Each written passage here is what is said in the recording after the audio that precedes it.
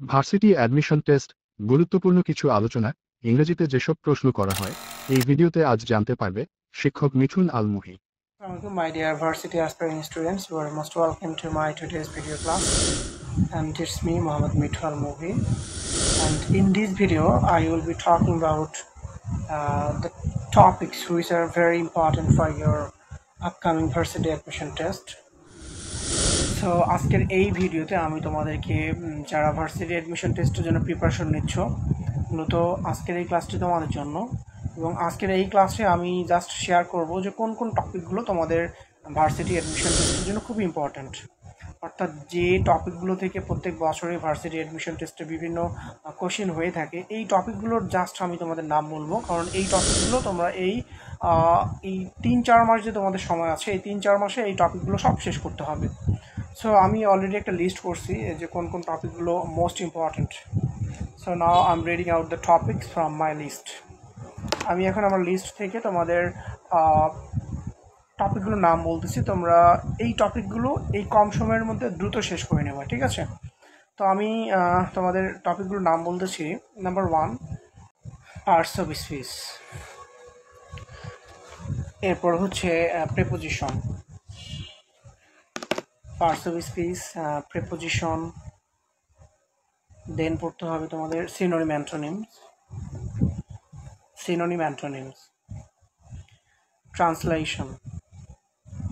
Translation, correction. এরপরে পড়তে হবে তোমাদের রাইট ফর্মস অফ ভার্ব, তারপরে পড়তে হবে তোমাদের tense, then phrase and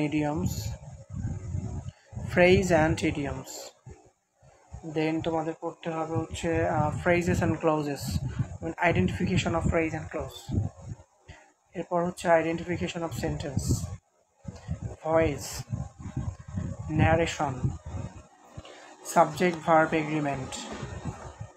then পড়তে হবে তোমাদের spelling mistake, group verbs. Then তোমাদের পড়তে হবে ওয়ান ওয়ার্ড সাবস্টিটিউশন, অর্থাৎ এক কথায় প্রকাশ, এরপরে তোমাদের পড়তে হবে কন্ডিশনাল সেন্টেন্সেস। তারপরে হচ্ছে তোমাদের ইমবেডেড কোয়েশ্চেন, প্যারালাল কনস্ট্রাকশন অর্থাৎ প্যারালেলিজম। এরপর তোমাদের পড়তে হবে ট্যাগ কোয়েশ্চেন। দেন সাবজেক্টিভ মুডটা খুবই ইম্পর্ট্যান্ট, প্রায় মানে অনেক সময় সাবজেক্টিভ মুড থেকে কোশ্চেন হয়ে থাকে, এই জন্য সাবজেক্টিভ মুডটা পড়তে হবে। দেন তোমাদেরকে পড়তে হবে নাম্বার অ্যান্ড জেন্ডার।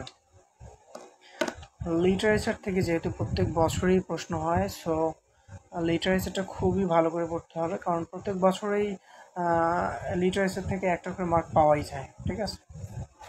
দেন হচ্ছে অ্যানালজি। তো মোটামুটি এই কয়েকটা টপিক যদি খুব ভালো করে পড়ো, ইনশাল্লাহ এখান থেকেই প্রত্যেক বছরেই এই টপিকগুলো থেকেই প্রশ্ন হয়। আর ম্যাক্সিমাম স্টুডেন্টস ইংলিশ প্রশ্ন না বোঝার কারণটা হচ্ছে তাদের ভোকাবুলারি খুবই কম। আসলে এই রকম একটা প্রতিযোগিতামূলক পরীক্ষায় যদি কোনো স্টুডেন্টের ভোকাবুলারির বেশি পরিমাণ ল্যাক থাকে, তার পক্ষে কিন্তু এই পরীক্ষাগুলোতে আসলে ওভারকাম করা পসিবল হয় না, কারণ এখানে প্রশ্নের যে ওয়ার্ডগুলো ইউজ করা হয় এগুলো অনেক অ্যাডভান্স লেভেলের ওয়ার্ড ইউজ করা হয় অনেক সময়, যার কারণে অনেকে কোশ্চিন বুঝতে পারে না অথবা প্রশ্নগুলোর অর্থই বুঝতে পারে না। তো এখানে সব থেকে বেশি ইম্পর্টেন্টলি তোমাদেরকে মনে রাখতে হবে প্রচুর ভোকাবুলারি সমৃদ্ধ হতে হবে, এবং বিশেষ করে ভোকাবুলারির উপর বেশি জোর দিতে হবে। আর গ্রামার থেকে কোশ্চিন করলে পারবা, বাট অনেক সময় ভোকাবুলারি যখন কঠিন হয়ে যায় সেক্ষেত্রে কিন্তু মানে আনসার করা অনেক ডিফিকাল্ট হয়ে যায়। সো আশা করি তোমরা এই টপিকগুলো খুব দ্রুত সময় শেষ করবা। তো সবাইকে অসংখ্য ধন্যবাদ।